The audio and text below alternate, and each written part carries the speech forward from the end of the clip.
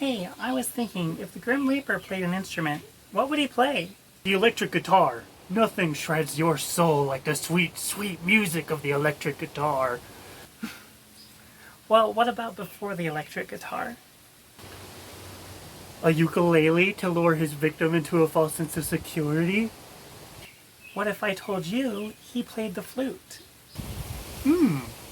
I'm listening. Well, I have a tale to tell you. When lo, as they reached the mountainside, a wondrous portal opened wide, as if a cavern was suddenly hollowed, and the piper advanced, and the children followed. And when all were in to the very last, the door in the mountainside shut fast.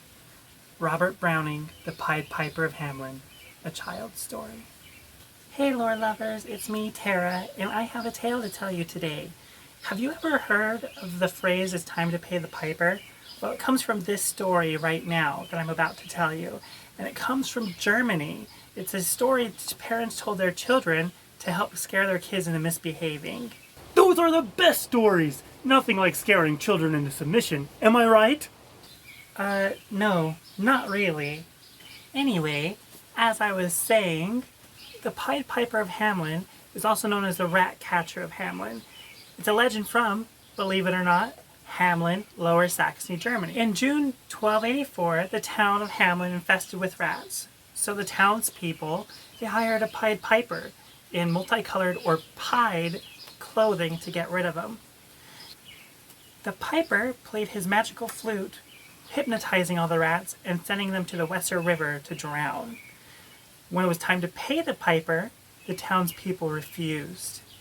And so, the Pied Piper, he vowed vengeance.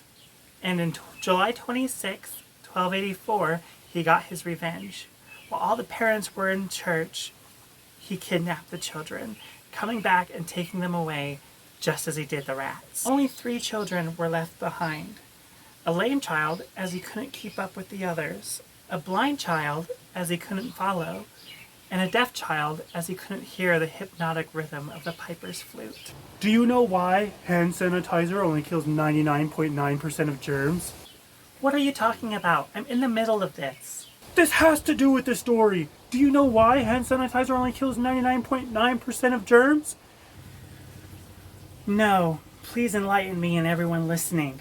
So that one germ can go tell the other germs to never come back.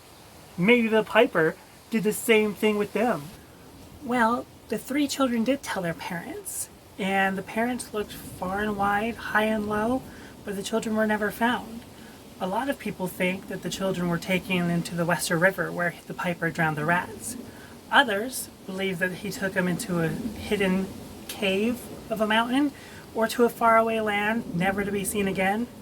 Others believed they were taken to Transylvania. Transylvania? That's not a real place. Yes, it is. Or technically it was. Well, what do you know? So they're vampire children now? What's fascinating about this legend is that we have historical documents mentioning the event, but we don't actually have any documents from the event. In 1384, when Hamelin City records first began, it is stated that it's been 100 years since the children have left. It's widely believed that this story tells of death and starvation. The piper didn't really exist, but was a symbol for death.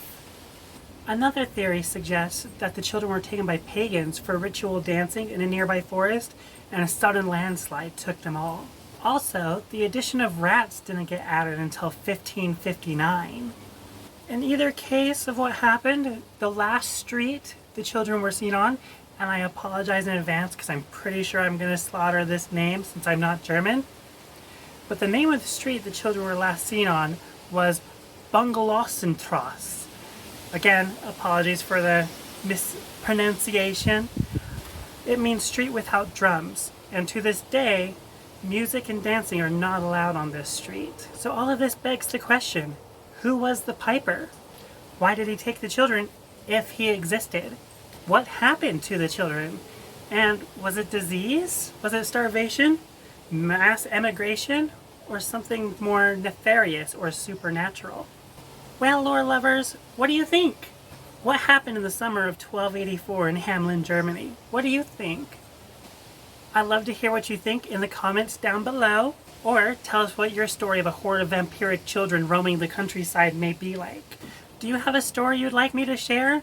Comment below! And if you liked today's video, don't forget to like and subscribe. It really helps this channel grow. And until next time, lore lovers,